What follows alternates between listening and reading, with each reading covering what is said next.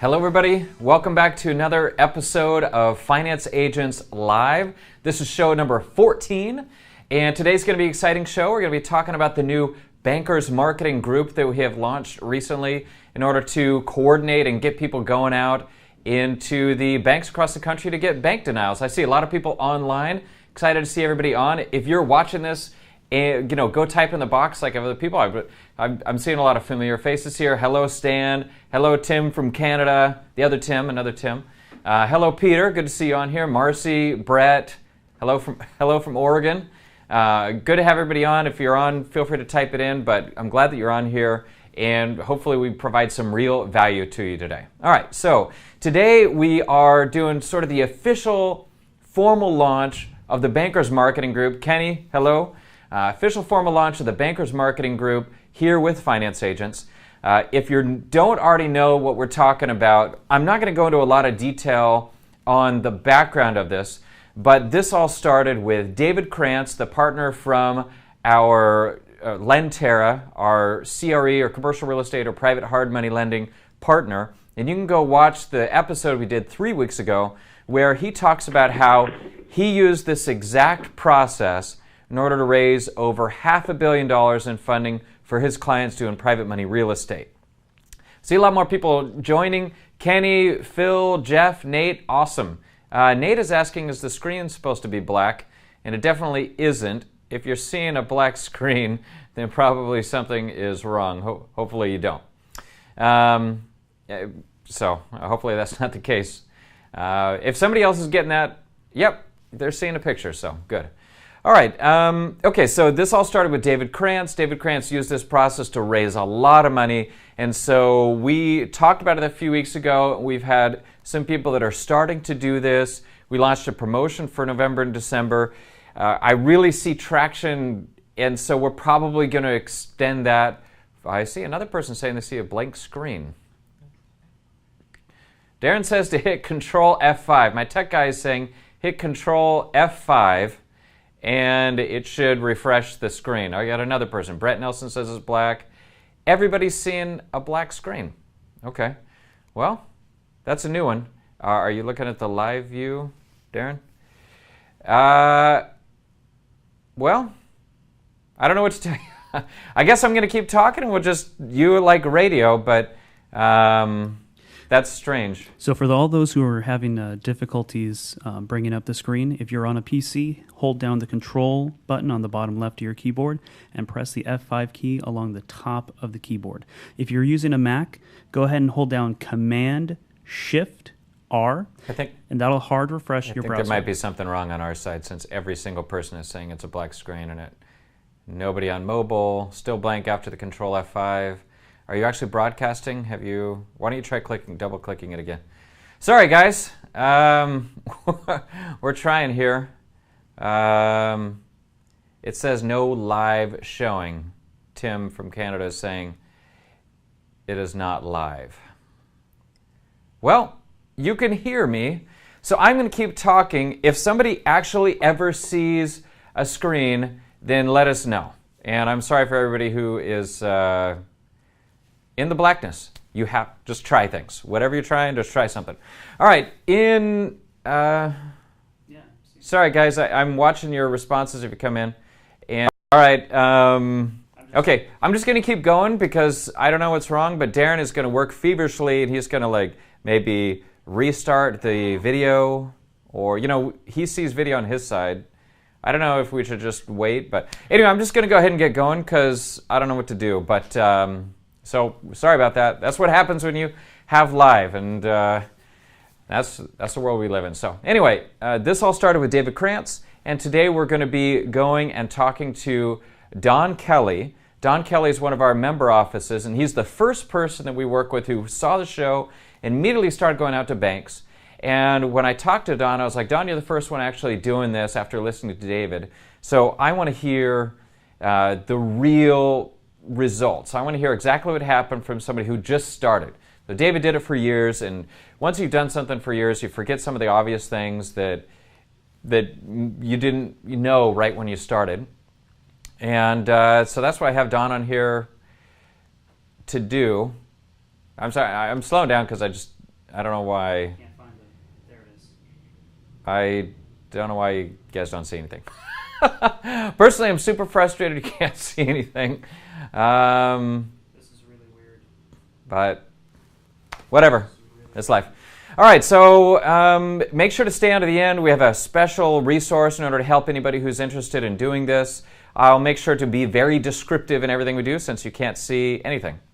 All right, so moving on, we have Don Kelley on the line today. And he's going to be doing, like I said, a true report from somebody who is just starting out and who's out there going to the banks. Live shows on the bottom of the window, but can hear you fine. All right, well, I'm glad you guys can hear me, but that's not enough, Darren. Make sure to keep changing things. Maybe you stop, pause, and restart the broadcast. I'm going to continue on. Just keep on. All right. All right. Anyway, you can go to the next slide, please. Okay. Well, I have a screenshot of Don Kelley's profile. You could get a little sneak peek of what he looks like, but he looks like a sharp guy. That's all I can say. All right. Keep moving on, Darren. Let's get to the questions as soon as possible, since nobody can see anything. All right. I have a screenshot of his website. Don is the owner of Kelley Capital Group. You can find him at KelleyCapitalGroup.com. That's Kelley. He is one of our member offices. And he's on the line experiencing this strange start. Don, why don't you say hello here? Are you able to talk? Yes, Tim, I can hear you just fine, and it's okay with me if the screen doesn't work. I don't have a face for television anyway. All right, awesome. Again, I want to wish everybody a happy Thanksgiving. I'm happy to be here today. That's right. Thanksgiving. Jeff Schwartz has turned on the lights. We definitely have the lights on, guys. And sure, we can send out the slideshow, but just so you know, everything you guys are going to hear are just what we're saying. It's just pictures of the questions. So, Don, thank you very much for agreeing to come on with us today. We really appreciate it. Why don't you tell us a little bit about your background? Things before all this started, what were you doing for the last, say, 20 years? Okay, sure. Well, I started out in the real estate investing world about 1988. I bought a Carlton Sheets home study course, and I read that thing from cover to cover in a couple of days, and I knew just about everything there was to know about buying real estate for no money down. So I took that knowledge that I had, and I went out and I bought my first investment property from the very first guy that I talked to, and I bought it for no money down. It worked. Yeah, that's great. Yes, it worked. I bought a house and a duplex that day. Now, I can't tell you how long I had to hang on to that property before I could sell it. I paid way too much for that property, but guess what? I bought it for no money down. So that's good. Yeah, it took a long time for me to finally sell that house. I eventually got into owner financing of houses, and I found that a much easier way to make money in real estate compared to doing rentals.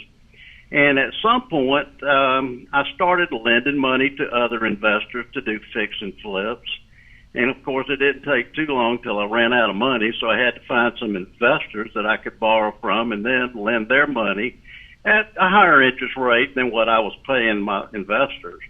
So I was fairly successful doing that, but I still had more people wanting to borrow money, so I eventually had to go out and find some lenders that I could do brokering for, and I still do a lot of brokering today because, again, I still have the problem of running out of my own money when it comes to lending.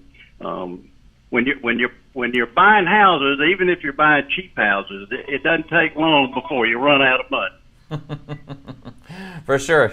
Houses chew up a lot of money fast. So, well, good. Okay. So how long have you been doing that for? Well, I did that first property in 1988, and I've been doing it since then. Okay. Awesome. Well, good. So you're still doing it. How long ago? How did you find out about finance agents? You know, I'm not sure, but I think I found finance agents online while I was looking for some hard money lenders, but I'm not real positive about how I found you guys. All right. How long have you been with us? I actually started the process of setting up my member office about the middle of August, I believe. Okay, great. Well, good. We're very happy to have you on board, and I see a lot of good potential in us working together.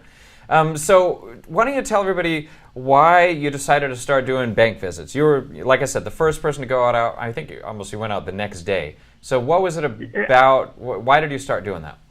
Yeah, I'm not sure if it was the next day or not. It may have been, but I saw the webinar that you did with David and thought that what he was saying sounded reasonable to me, so I decided I'd just give it a try. So that's how I ended up getting out there. Okay, good.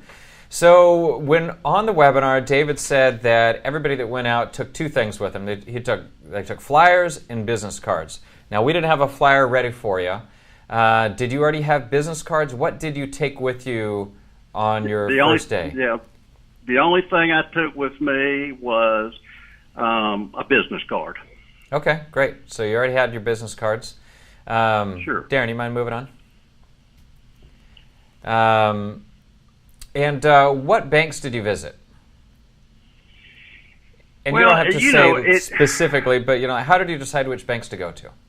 Yeah, well, to me, it didn't matter what type of bank they were. If they were a bank, they must lend money, and if they lend money, I wanted to talk to them. So I didn't really care whether it was a community bank or a national bank. Okay, but the first day you went to 12 banks, right?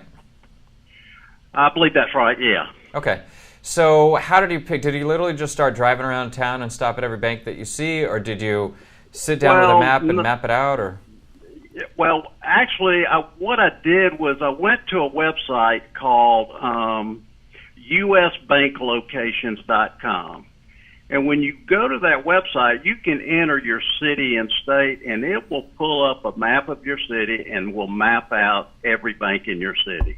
Well, that's convenient. So that's I would have thought there were locations for U.S. Bank, which is a specific bank, but it wasn't. Lists them all. It was okay. That's good. So you just kind of picked the first 10 or 12 that they showed, or? Yeah, I picked 10 or 12. There was in a pretty concentrated area, and just took out to see what they had to say. Okay. And you said it wasn't important to you if they were a big national bank or a small community bank, but do you remember if they tended to be more one or the other? It was about an even mix of local banks and national banks. Any credit unions? Actually, there were a couple of credit unions. Okay, all right. So you got a couple credit unions, some local banks, and then some national banks. Awesome. Right. Yep. When you walked into the bank, who did you ask for? What did you say when you walked in? I just simply asked for the person in charge of commercial real estate loans. Okay, great. And when you did that, what sort of response did you get? Well, I would say that it was pretty good because I spoke to someone at every bank that I've been to so far, with the exception of a couple of banks that didn't have a loan officer at that particular location.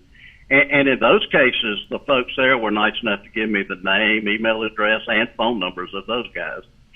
So, okay. But, I was careful not to tell the gatekeepers what I was there for. Right. I just told them that I needed to talk to the person in charge of commercial real estate loans. So, of course, when they told the loan officer somebody was there to talk about commercial loans, the loan officers naturally wanted to speak to me because they thought I was there to get a loan. Right. Okay, that makes sense. So you just walked in and said, can you tell me who's responsible for your commercial mortgages? And they made a connection, or they gave you the number if nobody was there, and it was easy. Absolutely. No problems whatsoever with that. Okay. So out of 12 banks on location, maybe 9 or 10 had somebody on location? I would say 10. Okay. Great. So of the 10 that you spoke with, how did they respond? Right? Why don't you kind of just lay out what it was like when they introduced you, you sat down, what did you say, how did the visits tend to go?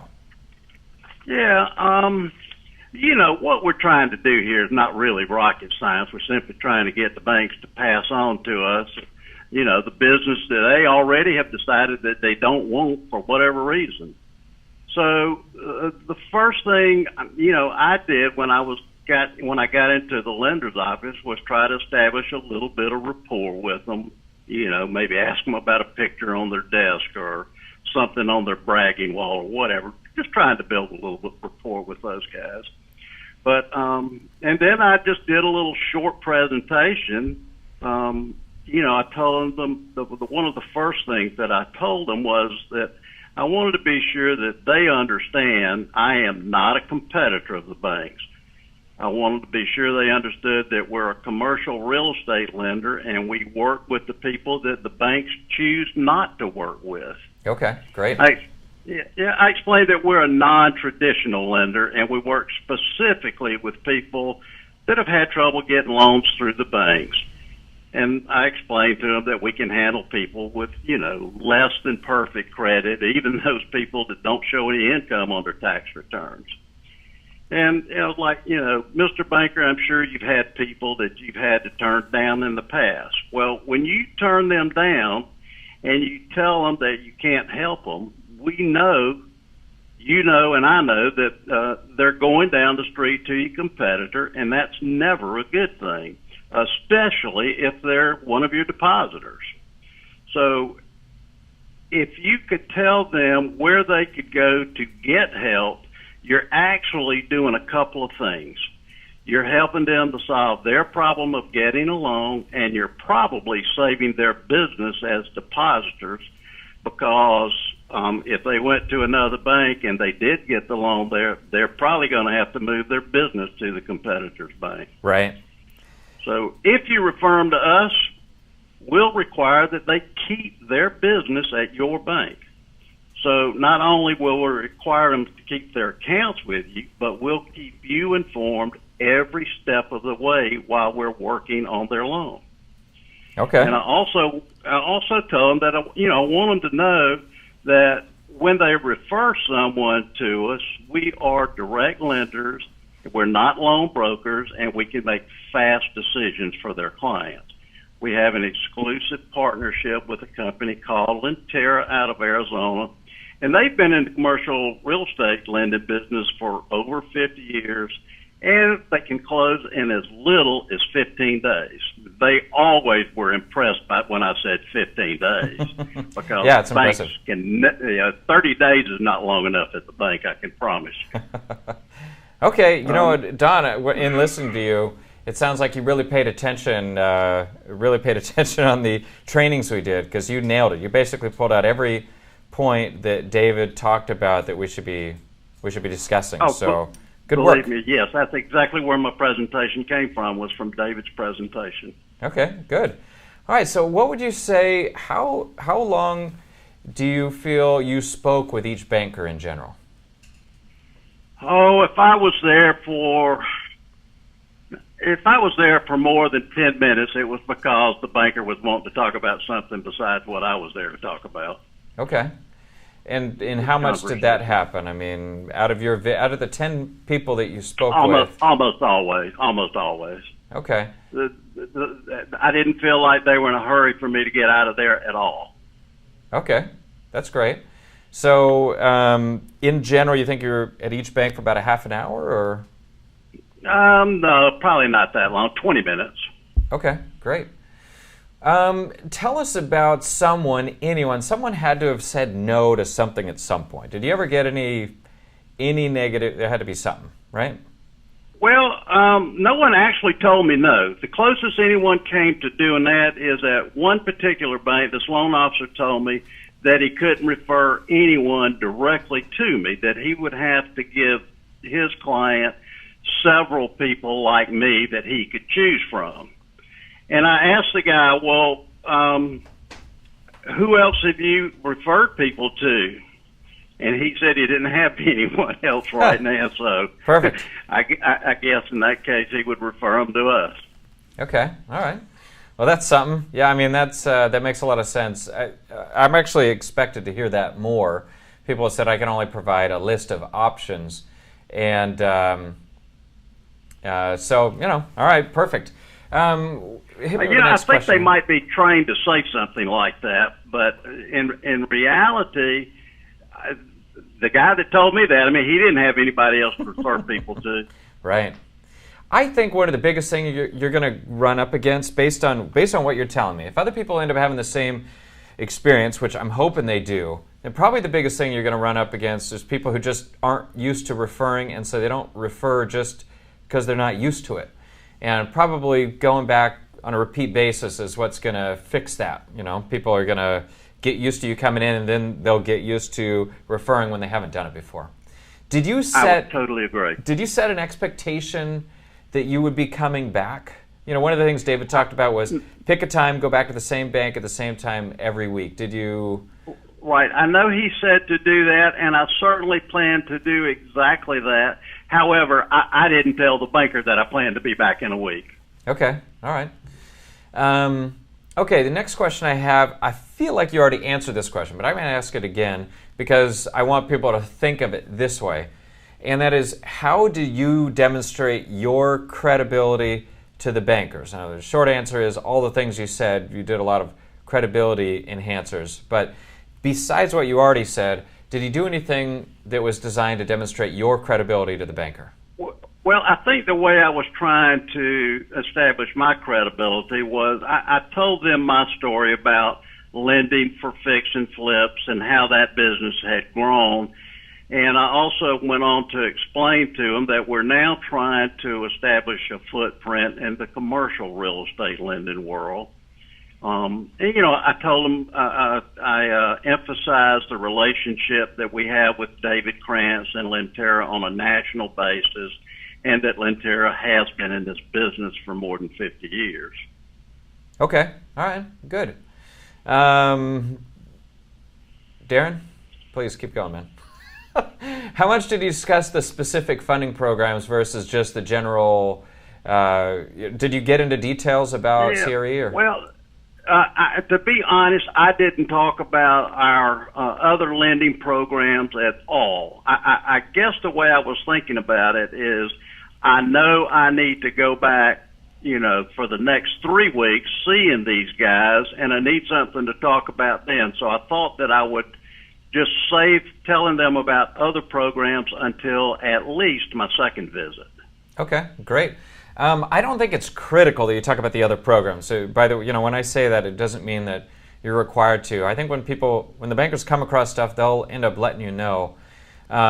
Sometimes talking about 6 different programs can create more confusion than results. So, right, I definitely didn't want to give them information overload. I wanted them to think of me primarily first when it came to commercial lending, and then later when they know me and they know that I'm a commercial lender, then they can start thinking of me for other programs as well.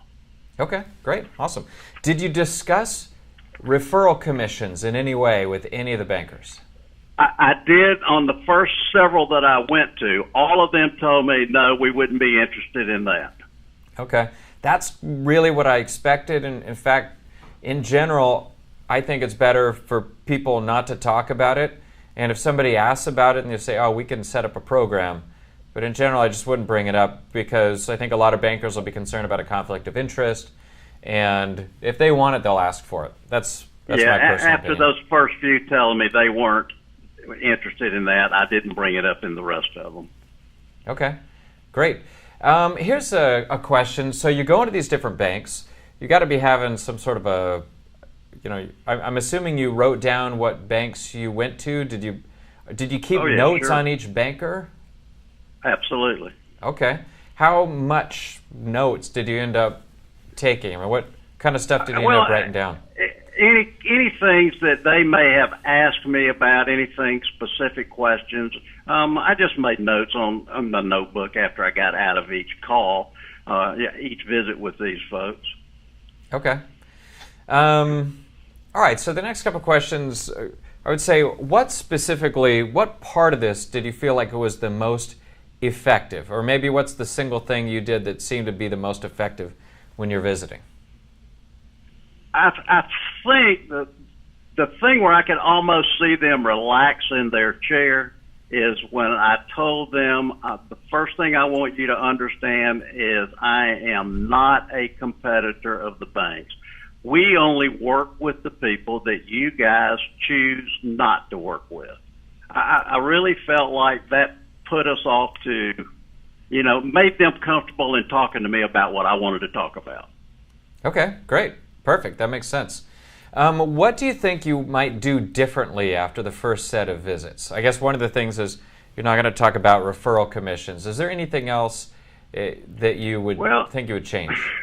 Like self-critique. I'm not certain that I would do anything differently at this point, except maybe I would try to connect with the loan officers of these banks on LinkedIn before going to visit them, if I can figure out how to do that. I haven't worked on that yet, so I do think it would give me a little better connection if I could get connected with them on LinkedIn. Okay. Interesting to do it before you meet with him, because you want them to have some, on one side, they would have some familiarity of you, but at the other side, they might have the ability to create their own opinion before actually talking to you. So I could see that going either way. It might be interesting to try. I can tell you that I did look all of these guys up on LinkedIn after I talked with them. The next day, I sent every one of them an email. The following day, I sent them a request to connect on LinkedIn. Okay. And everybody except one person has connected. Great. Excellent. Well, good. He's an old guy. He's an old guy like me, so I figure he probably doesn't do any type of social networking. Right. Okay. Well, so I guess when the rubber meets the road question here is, have you gotten any referrals yet? Now, you only this was 1 day of visits. Yeah, I've only done 1 day and one more call. 1 day. So the answer is I did 1 day of visiting banks. I saw those 12 people. Okay. 12 banks, and I went out to see one guy in particular that I had talked to on the telephone one morning, and I asked him if he would have time for me to drop by for just a couple of minutes that afternoon. So I had an appointment with him. Okay, great. Well, just so everybody knows, I think it's too soon. It was really too soon to expect to see referrals, but I figured I might as well ask. I have not expected to see referrals yet. I think it might take a couple of visits before that begins to happen. I think, and I'm saying I think, not having done it myself, but probably with bankers, it's going to be maybe 3 or 4 visits per referral, as opposed to a visit would create 3 or 4 referrals. But why it still makes sense is those referrals are going to be so lucrative, and often they're going to be so easy to convert that it's definitely worth the investment in time. So that is great. So anything else you want to add, just that I haven't asked about, that you think would be good for people to know? I can't think of anything right this minute, but as we go along here, maybe something will pop up. Okay, well, that's most of what I wanted to talk about. I have one last thing, a resource that I want everybody to make sure that they know about before they get off the call.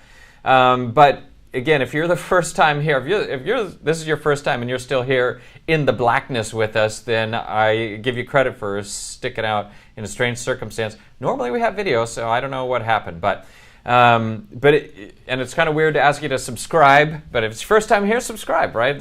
Your subscription helps us do more of these videos. Hopefully next time you can actually see us, and that way we can keep bringing this content, and hopefully it's beneficial. The resource that we have, if you're not already in there, is go join. We created a Facebook group specifically for bankers marketing. It's at facebook.com/groups/bankers marketing. And I'll pretty much approve anybody, but you have to request to be added because we want the posts and everything to be private for the people that are in the group. Go to the group, join, and in there, please post your experiences, go to banks, talk about it at the end of the day. I want everybody to be able to see what's happening with everybody else. You're not each other's competitors, you're each other's support group as we grow this together and have a lot of success. If you're not already an agent with Finance Agents, then go to financeagents.com/agents and sign up.